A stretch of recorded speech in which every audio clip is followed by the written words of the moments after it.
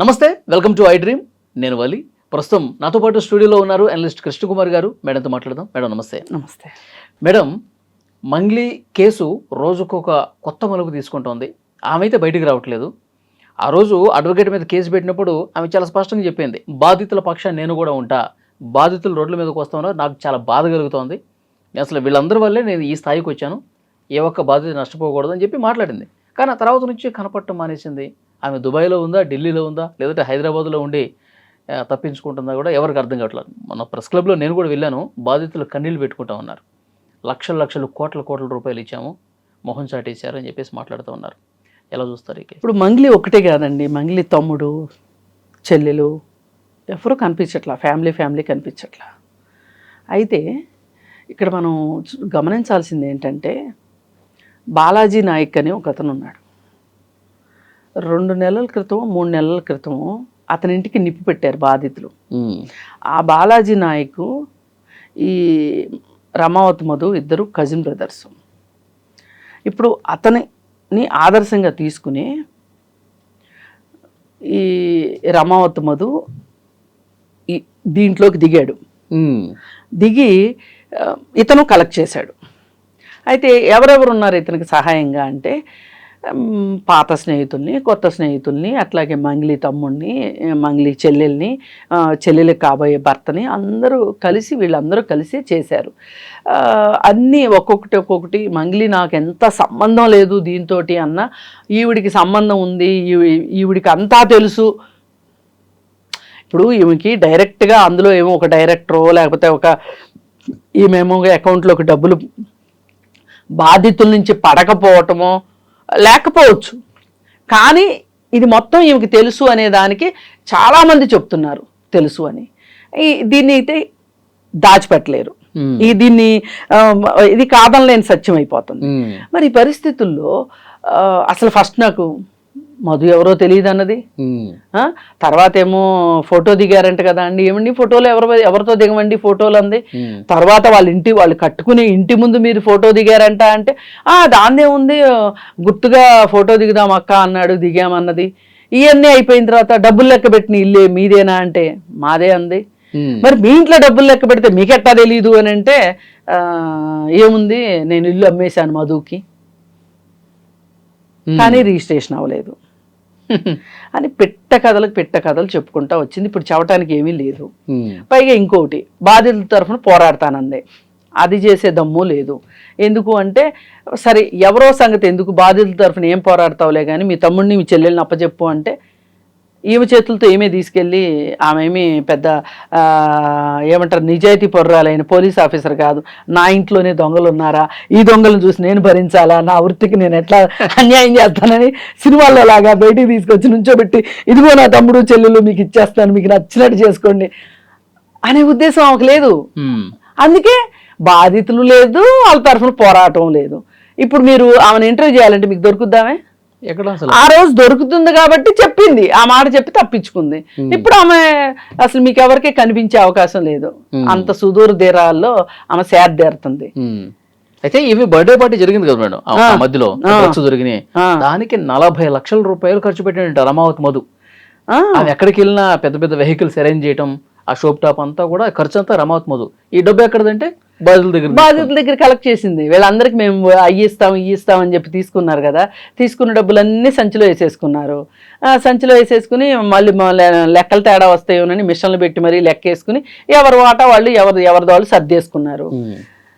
ఇప్పుడు మంగ్లీ పేరు 10 సార్లు వచ్చింది కాబట్టి మధు అయినా బయటకు వచ్చాడు, లేకపోతే ఆ మధు కూడా బయటకు వచ్చేవాడు కాదు.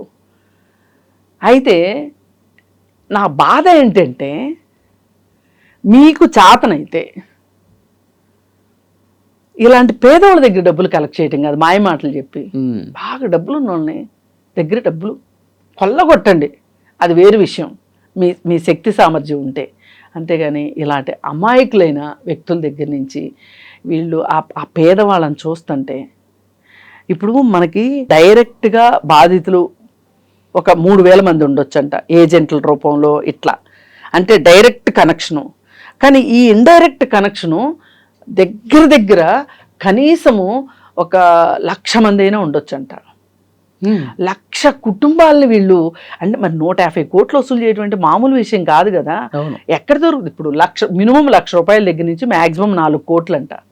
ఈ దీంట్లో అన్ని రకాల వాళ్ళు ఉన్నారు. కొంతమంది అసలు బయటికి రావట్లేదు, చెప్పట్లేదు. దరిద్రానికి ఏం జరుగుతుందంటే ఈ అభివృద్ధి పేరుతోటి ఏదైనా మంచి మంచి రోడ్లు అట్లా వచ్చేసినాయి అనుకోండి, ఈ తండాల్లో భూములకు కూడా రేట్లు బాగా వచ్చేసినాయి. వాళ్ళు భూములు అమ్మేసుకున్నప్పుడు వాళ్ళ దగ్గర డబ్బులు ఉంటున్నాయి. ఇప్పుడు వాళ్ళు ఏంటంటే బ్యాంకులు కూడా నమ్మరు పాపం. వాళ్ళు ఎవరన్నా నమ్ముతారంటే ఆ ఊర్లో ఆ తండా నాయకుడు తాలూకు వాళ్ళని నమ్ముతారు. వాళ్ళు నమ్మి పెడతారు డబ్బులు. ముంచిన మీరే తేల్చిన మీరే అన్నట్లు వీళ్ళు చక్కగా వాళ్ళ అమాయకత్వాన్ని ఆసరా చేసుకొని వాళ్ళ నమ్మక ద్రోహం చేశారు. అసలు నన్ను అడిగితే వీళ్ళని ఏ శిక్ష వేసినా తక్కువే. అలాంటి పాపం చేశారు వీళ్ళు, అలాంటి నేరం చేశారు వీళ్ళు. అవును. ఇప్పుడు పాపభీతి ఉన్నవాడికి పాపం అని చెప్పొచ్చు, పాపభీతి లేనోడే ఇట్లాంటివన్నీ చేస్తాడు. వీడికి పాపభీతి లేకపోయినా కనీసం చట్టం మీద కూడా నమ్మకం లేదు, గౌరవం లేదు. ఈ పరిస్థితుల్లో పాపం ఆ బాధితులకు న్యాయం జరిగేది ఎక్కడ? నేనేమనుకున్నానంటే మొదట్లో కనీసం మధు దొరికిన తర్వాత డబ్బులు ఎక్కడ ఉన్నాయో చెప్తే కనీసం బాధితులకి రూపాయి ఇచ్చిన వాడికి ₹1 అయినా ఇస్తే పాపం ఏదో ఒకటి లేని సరిపెట్టుకుంటారు వాళ్ళు అని అనుకున్నా. అది లేదు, ఇది లేదు. అసలు ఇప్పుడు ఆశ అంతా ఇన్ని కోట్లు ఏం చేస్తుంటారు మేడం? ఏముందండి, సొంత ఆస్తులు కొనుక్కుని ఉంటారు. ఇప్పుడు కర్ణాటకలో, పక్కనే కర్ణాటక కదా, కర్ణాటకలో కొనుక్కుని ఉంటారు. ఎక్కడో ఒక చోట బెనామీల పేర్లతో కొంటారు వీళ్ళు. లేదు, వీళ్ళకి ఇచ్చే ఉద్దేశం లేదు, అందుకే వాళ్ళు ఇచ్చే ఉద్దేశం లేదు. లేకపోతే వాడి వయసు అంతా చేసి 25 సంవత్సరాల లోపు వాడు చదువుకుంది 10వ తరగతి పాస్ కాలేదు. వాడికి అంత ఇల్లు ఎక్కడి నుంచి వస్తుంది చెప్పండి? ఏం చేస్తే వాడికి వచ్చింది ఆ ఇల్లు? పైగా వాడు సూటు బూటు, వాడి కళ్ళజోడు, వాడి ఎగ్జిక్యూటివ్ బ్యాగు ఇవి పెట్టుకొని ఫార్చ్యూనర్ కారు దగ్గర నుంచొని వాడి వేషాలు, వాడి వీరంగం చూస్తే ఎక్కడి నుంచి వస్తాయి డబ్బులు అవన్నీ చేయటానికి? ఇప్పుడు మీరు ఎన్ని సంవత్సరాల నుంచి కష్టపడుతున్నారు? నాకు తెలిసి మీ వయసు 40 అయినా ఖచ్చితంగా ఉండొచ్చు. ఇన్ని సంవత్సరాల నుంచి కష్టపడుతుంటే మీరు ఎంత సంపాదించగలిగారు? తినటానికి, ఉండటానికి, పిల్లల్ని చదివించుకోవడానికి సరిపోతుంది. అంతే. సొంత ఇల్లు కొనుక్కోవడం కూడా కష్టం అండి. వాళ్ళ హైదరాబాద్లో మాదిరిగా ఉద్యోగం చేసేవాళ్ళు భార్యాభర్త ఇద్దరు పెద్ద ఉద్యోగాలు ఏమన్నా ఉంటేనో, లేకపోతే ఊర్లో ఏమన్నా ఆస్తులు అమ్ముకుంటేనే ఇల్లు వస్తున్నాయి తప్పితే హైదరాబాద్లో ఇల్లు కొనుక్కునే పరిస్థితి లేదు. ఇవాళ సామాన్యులు బతికే పరిస్థితే లేదు. అట్లాంటి పరిస్థితుల్లో వీళ్ళకి ఇన్ని వేషాలు ఎక్కడి నుంచి వస్తున్నాయి? ఇన్ని వేషాలు వేయటానికి వీళ్ళని ఏమంటే పాపం, అసలు ఏమన్నా పాపమే లేదు అసలు వీళ్ళని. ఇప్పుడు ఒకటి, వీళ్ళు చట్టాల్లో లొసుకులు బాగా నేర్చుకున్నారు. ఆర్థిక నేరాలకి ఏం పడతాయిలే శిక్షలు అనే ఒక ధీమా ఒకటి. జైల్లో ఉంటాము, వస్తాము, ఏమవుద్దంట జైలుకి వెళ్తే? పైగా ఈ మధ్య కొత్త ఇది, జైలుకి వెళ్తే రాజకీయాల్లో పదవులు వస్తాయని నేర్చుకుంటున్నారు ప్రతి వాళ్ళు, మాట్లాడుకుంటున్నారు. సరే అదేదో వెళ్ళొద్దాంలే అన్నట్టుంది. ఇంకొకటి మేడం, రాజకీయ అండదండలు ఉండబట్టే ఒకటండి ధైర్యం చేయగలిగారు. ఇలాంటి దరిద్ర పని సమాజంలో ఏ దరిద్ర పని జరగాలన్నా 4-5 అపవిత్ర కలయికే. అదేంటంటే నేరం చేయాలనుకునేవాడు, వాడికి పోలీస్ అండ, అధికారులు అండ, రాజకీయ నాయకులు అండ.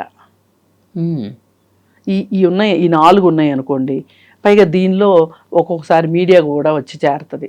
మీడియా తన పాత్ర తను పోషించలేదు అనుకోండి, మీడియాకు కూడా పాత్ర ఉన్నట్టే లెక్క. డైరెక్ట్గా కాకపోవచ్చు, ఇండైరెక్ట్గా అయినా ఉండొచ్చు. వీళ్ళందరూ కలిస్తేనే ఒక నేరం చేయగలుగుతారు. అసలు కోర్టు దాకా వెళ్ళని నేరాలు బోల్డ్ అయితే, అంతే. కోర్టు దాకా వెళ్తే కూడా సంవత్సరాల తరబడి. ఏముందండి ఇంకా?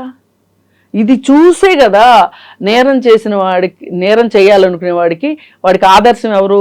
ఆల్రెడీ నేరం చేసి తప్పించుకున్నవాడు ఆదర్శం. వాడిని చూసి ఇప్పుడు వాడు బాలాజీ నాయక్ అనేవాడు వీడికంటే పెద్దోడు. వాడు చేశాడు కదా, ఆ దగ్గర వీడికి కాసిన మెలకువలు నేర్చుకున్నాడు, వీడు చేశాడు. వాడు ఇల్లు తగలబెట్టేశారు అంతే బాధితులు వెళ్ళి. వాళ్ళ కోపం మనం పేపర్లో వచ్చినప్పుడు అంత సీరియస్గా తీసుకోలే. ఆ రోజే కనుక బాగా సీరియస్గా తీసుకుంటే వీడి స్కామ్ కూడా బయటకు వచ్చి ఉండేది, మధుది కూడా. ఈ మధు అనేవాడు ఆల్రెడీ జైలుకి వెళ్ళాడు. ఇప్పుడు వెళ్ళాడండి. ఇప్పుడు కాదు మేడం, గతంలో కూడా ఒకసారి వెళ్ళాడు. గతంలో కూడా వెళ్ళొచ్చాడా? వెళ్ళాడు, బెయిల్ మీద బయటకు వచ్చాడు, తర్వాత శుభక్షేత్రం అని చెప్పి ఇంకోటి స్టార్ట్ చేశాడు. ఇది మొత్తం ఇప్పుడు బయటకు వచ్చింది.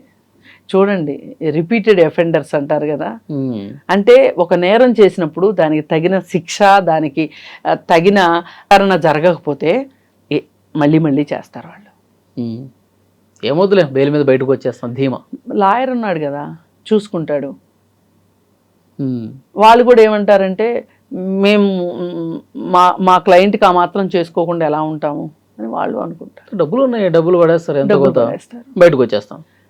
ఏదైనానండి యాతావాత నేను ప్రతి వీడియోలోనూ మంగిలిని తిట్టడము, లేకపోతే మధుని తిట్టడము, లేకపోతే వాళ్ళ తమ్ముళ్ళు ఇంకొకళ్ళని అనేకంటే కూడా వీళ్ళు ఇలాంటి వేషాలు వేసేవాళ్ళు, వీడు కాకపోతే ఇంకొకడు కాకపోతే ఇంకొకడు వస్తానే ఉంటారు.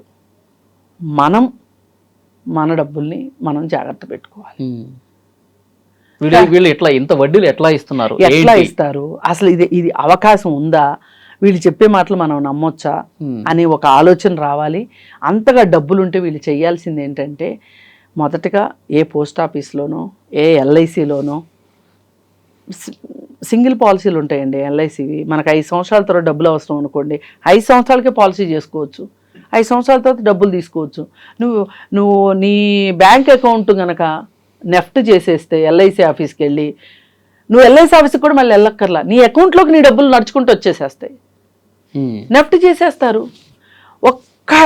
ఏదైనా నెఫ్ట్ చెయ్యకపోతే ఎల్ఐసిలో డబ్బులు ఆగిపోతాయి, కానీ నెఫ్ట్ చేస్తే మటుకు ఎల్ఐసిలో డబ్బులు ఆగవు, వచ్చేస్తాయి అంతే మన అకౌంట్లోకి.